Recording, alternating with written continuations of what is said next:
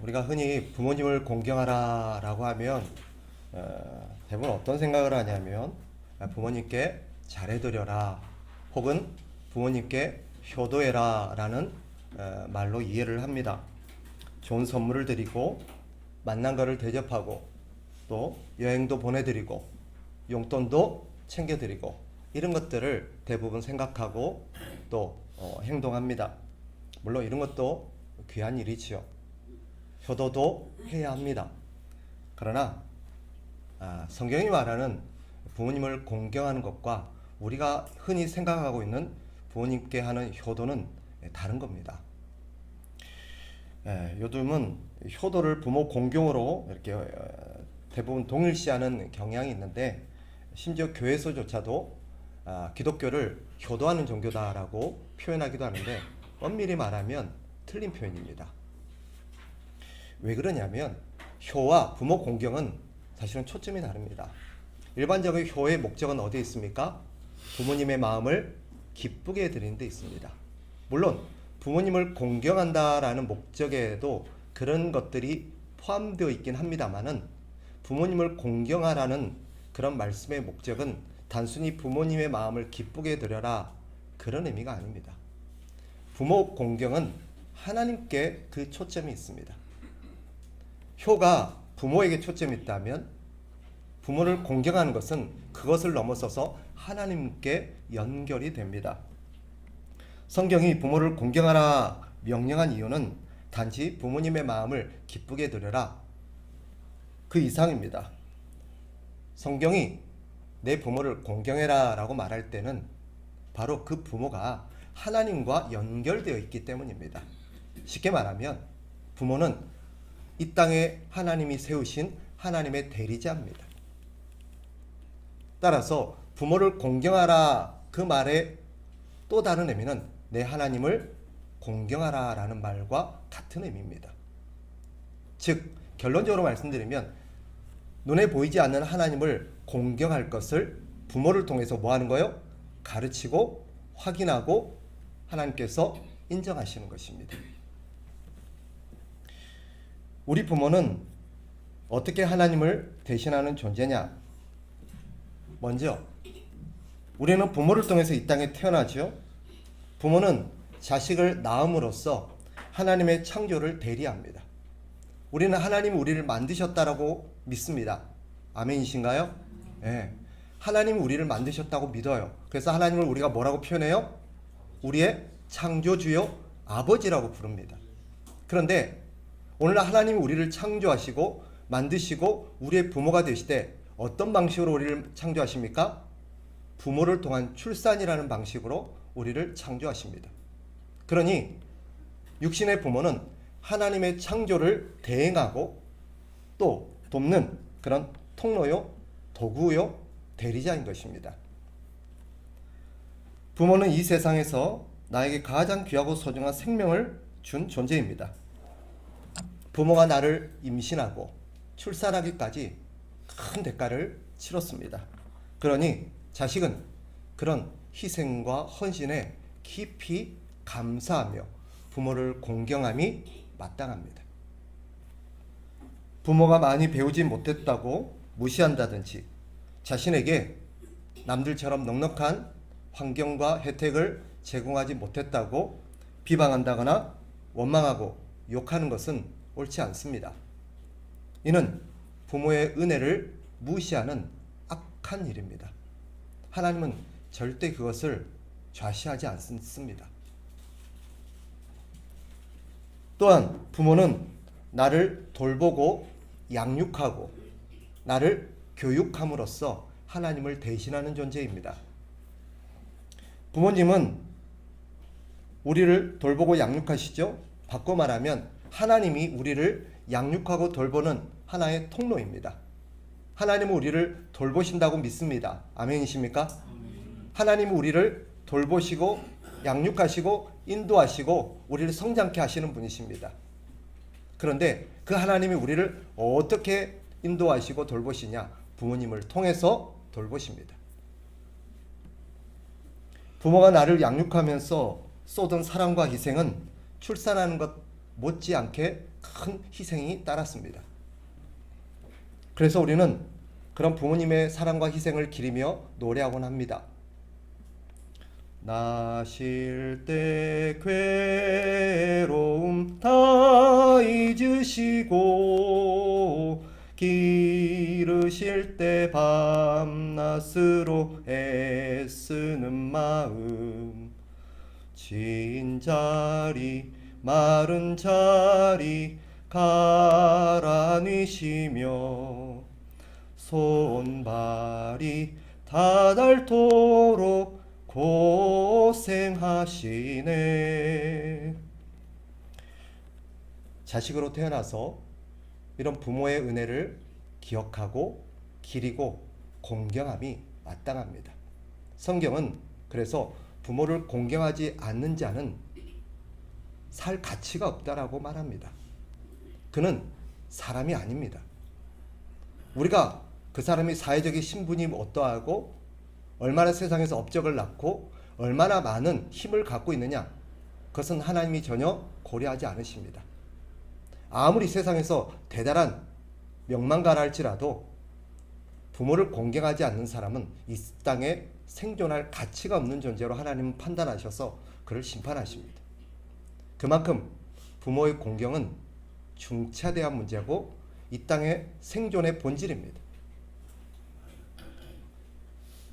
물론 부모 노릇을 제대로 못하는 사람도 있을 수 있습니다. 그럴지라도 부모는 그 자체로 공경의 대상이 됩니다. 사실 따지고 보면 우리는 자식 노릇 제대로 합니까? 우리는 부모에게 자식으로서 제대로 자식 노릇 하지 않으면서 부모가 부모 노릇 제대로 안 했다고 비방하고 원망합니다. 누구도 성경이 말하는 대로 자식의 본분을 다하고 사는 사람은 없습니다.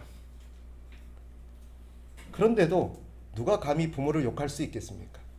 이 땅의 자식 중에 누구도 부모를 욕할 수 있는 사람은 없습니다.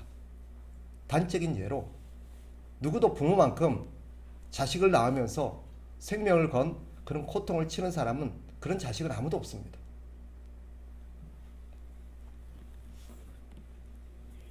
부모는 성경에 따르면 하나님을 대하는 바로미터다라고 말합니다.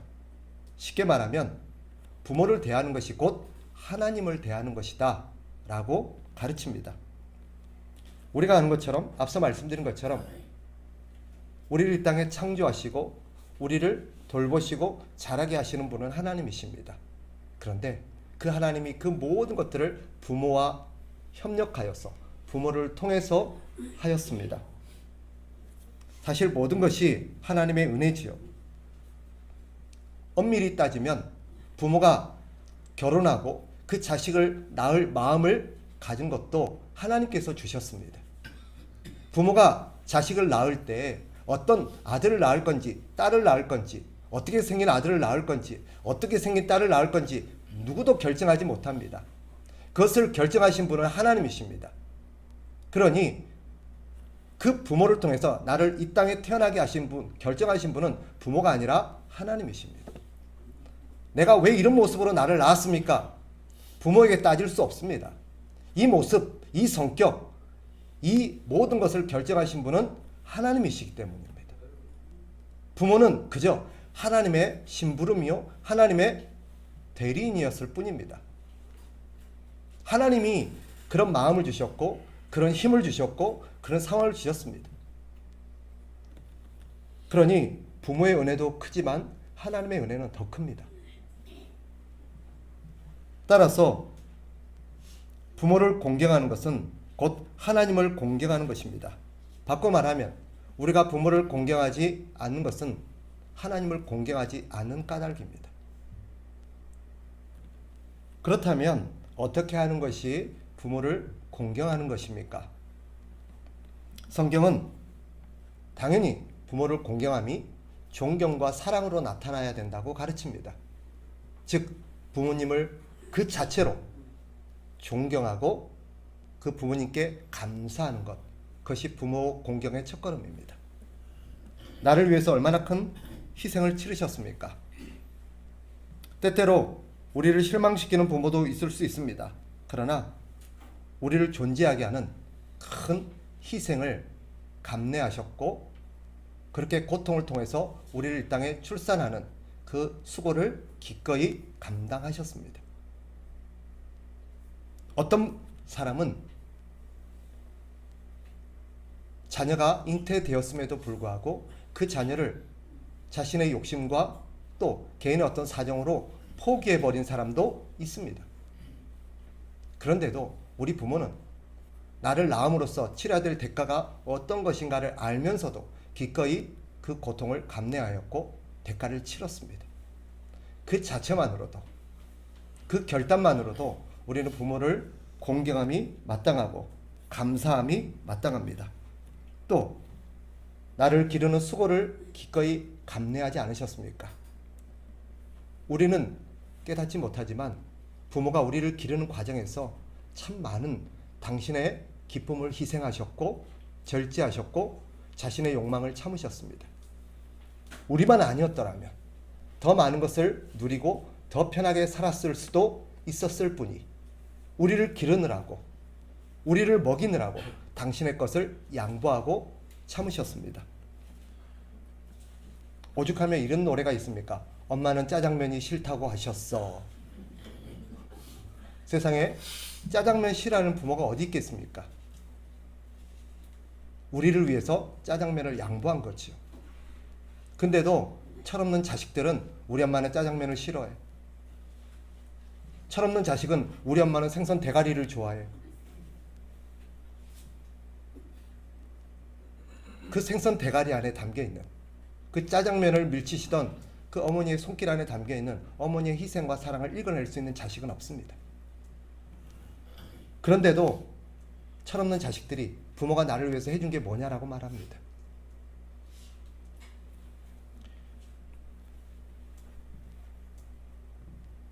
두 번째로 어떻게 하는 것이 부모님을 공경하는 것입니까? 성경은 부모의 말씀에 순종해야 된다라고 가르칩니다. 부모의 말씀을 듣는 것이 부모를 공경하는 바로미터입니다.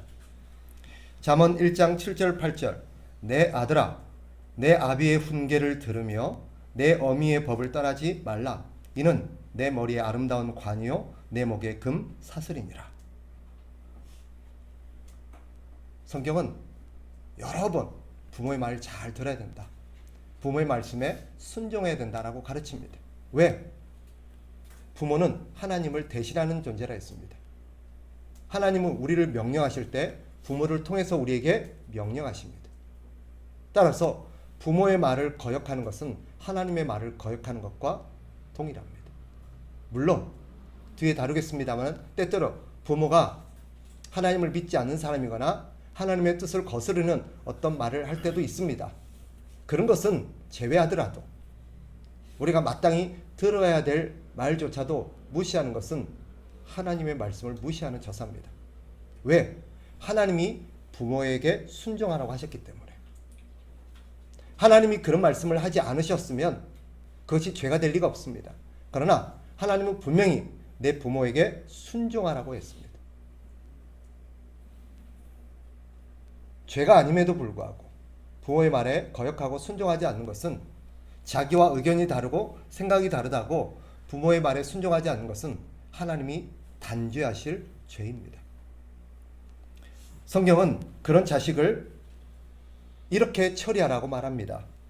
아비를 조롱하며 어미 순종하기를 싫어하는 자의 눈은 골짜기의 까마귀에게 쪼이고 독수리 새끼에게 먹히리라. 또 성경은 그런 자를 돌로 쳐 죽이라 라고 말하고 있습니다. 사실 그 말씀 그대로 오늘 문자적으로 적용한다면 여기에 앉아있을 사람이 어디 있겠습니까?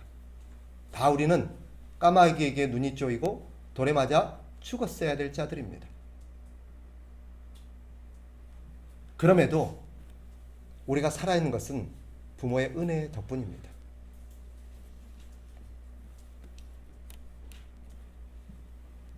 우리는 비록 구약의 율법이 현 시대에 문자적으로 그대로 적용되지는 않는다 할지라도 이 원리와 하나님의 그런 심판은 지금도 유효합니다. 지금은 구약의 방식대로 처벌하지는 않지만 하나님이 이것을 절대 넘어가시지 않으시고 하나님은 반드시 그 죄를 물으십니다. 어쩌면 우리는 부모를 공경하지 않음으로써 하나님 앞에 받을 심판을 차곡차곡 쌓고 있는지도 모릅니다. 그리고 성경은 말합니다. 오늘날 시대가 흘러서 자식들이 부모를 공경하지 않는 것은 말세의 징조라고. 예수님이 말씀하신 바 있습니다. 장차 자식들이 부모를 대적하여 죽게 하리라. 바울도 경고한 바 있습니다. 너는 이것을 알라. 말세에 고통하는 때가 이르러 사람들이 자기를 사랑하며 돈을 사랑하며 자랑하며 교만하며 비방하며, 그 다음 들어보세요. 부모를 거역하며 감사하지 아니하며. 성경은 이 같은 자들에게서 너희는 돌아서라 라고 말합니다. 절대 그런 거 따라하지 말라는 거예요. 절대 너희는 그런 길로 가지 말라고 말합니다. 그것은 하나님 앞에 맞아 죽을 죄입니다. 왜 아직 우리가 죽지 않았냐고요? 왜 아직 까마귀에게 눈이 쪼이지 않고 돌에 맞아 죽지 않고 하늘에서 천벌이 내려서 죽지 않았냐고요? 하나님이 크신 자비로 기회를 주신 것입니다. 무슨 기회겠어요? 다시 회개하고 부모에게 공경하는 삶을 살 기회를 주신 줄 믿으시기 바랍니다.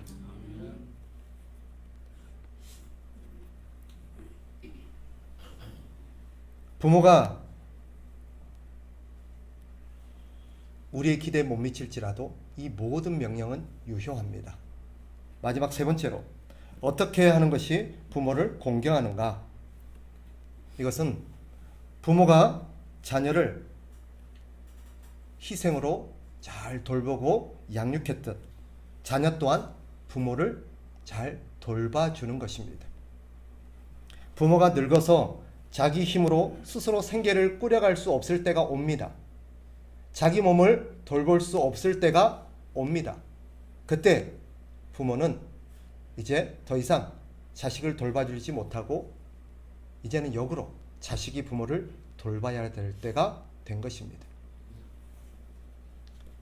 사회가 이기적일수록 부모에 대한 책임이 점점 사라집니다. 사람들이 점점 이기적이 되어 갑니다. 부모를 돌보려고 하지 않습니다. 자기 즐거움만 추구하고 자기 외에는 무관심합니다. 오늘날 MZ세대라는 표현들이 나오는데 MZ세대의 특징 중에 하나가 자기 외에는 관심이 없습니다. 자기가 제일 중요합니다. 그러나 자기 즐거움만을 추구하며 마땅히 해야 될 인간의 도리를 하지 않는 것은 성경은 죄라고 말하고 그런 사람은 존재할 가치가 없다고 말합니다. 그러니까 돌로 쳐 죽이라는 거죠.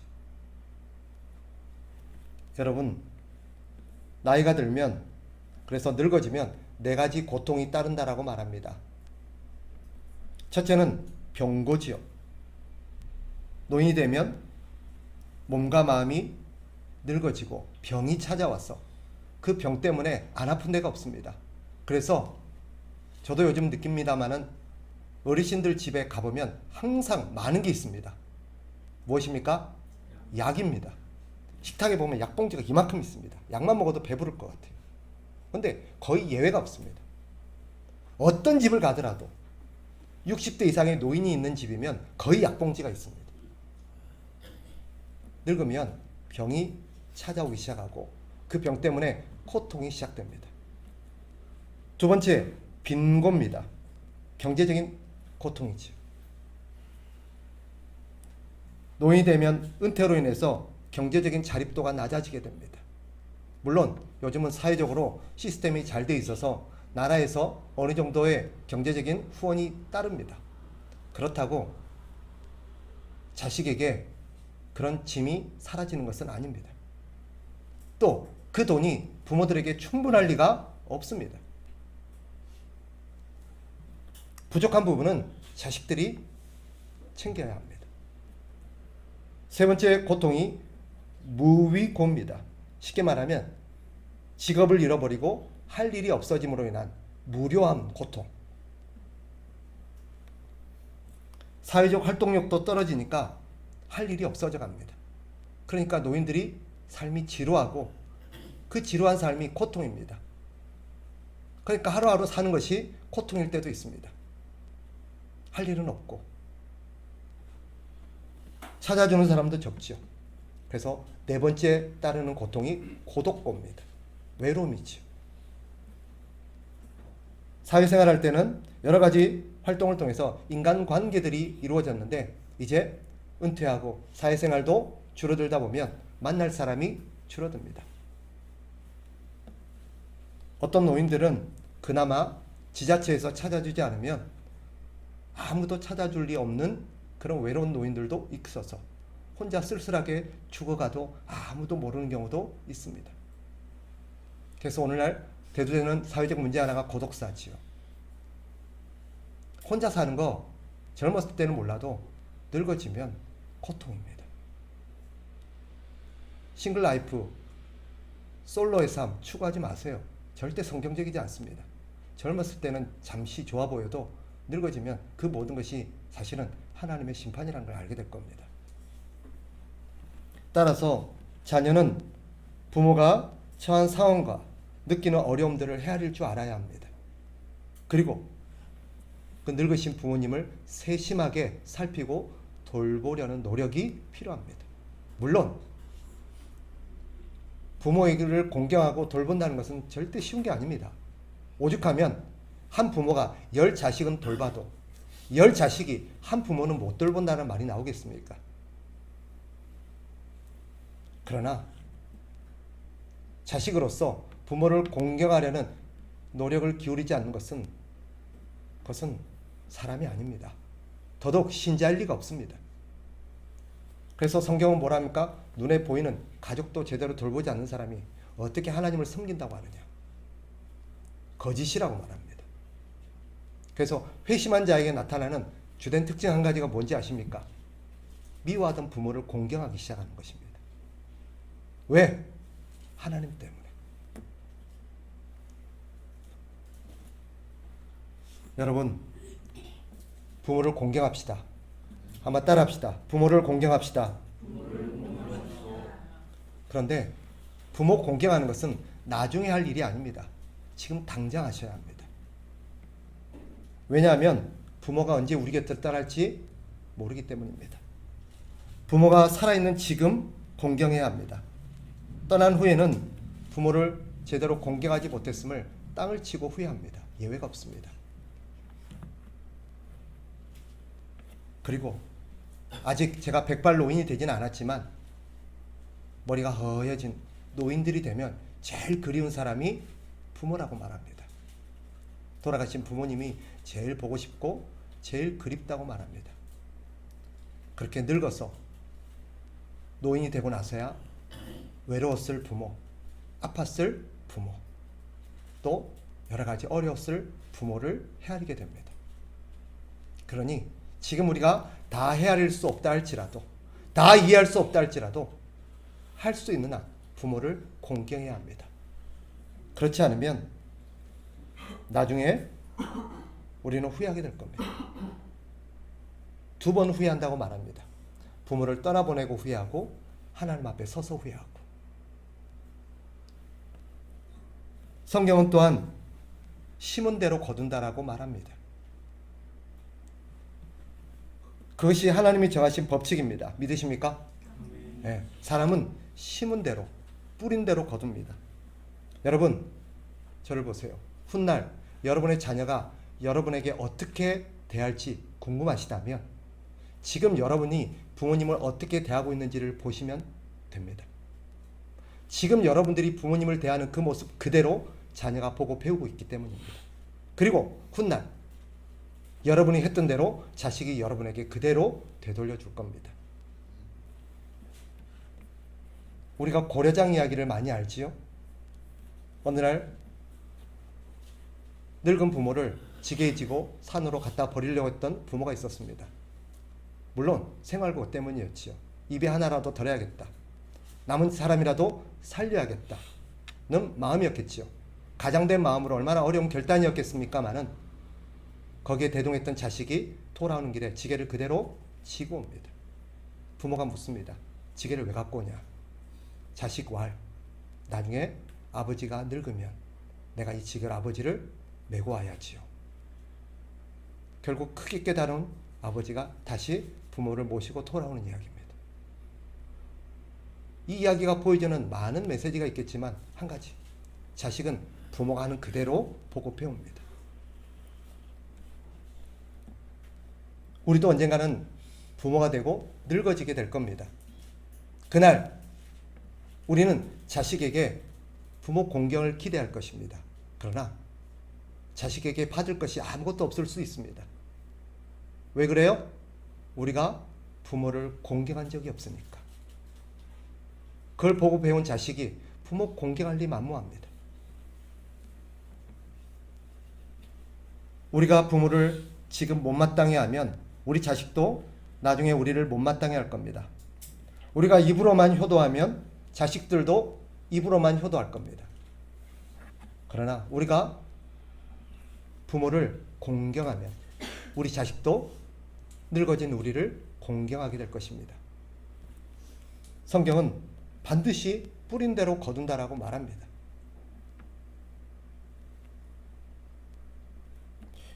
부모님이 돌아가셨습니까? 부모 공경하라는 명령은 육신의 혈육인 부모에게만 국한되는 문제는 아닙니다. 이 땅을 사는 모든 부모들이 다 우리의 부모입니다. 내 육신의 부모가 돌아가셨다면 내 주변에 있는 다른 어른들을 잘 공경하십시오. 내 자식이 일찍 세상을 떠났습니까? 나를 공경할 자식이 없습니까? 아닙니다. 내가 일찌감치 부모를 공경하고 살았더라면, 또 다른 노인들을 공경하고 살았더라면 하나님은 반드시 그것을 돌려주십니다.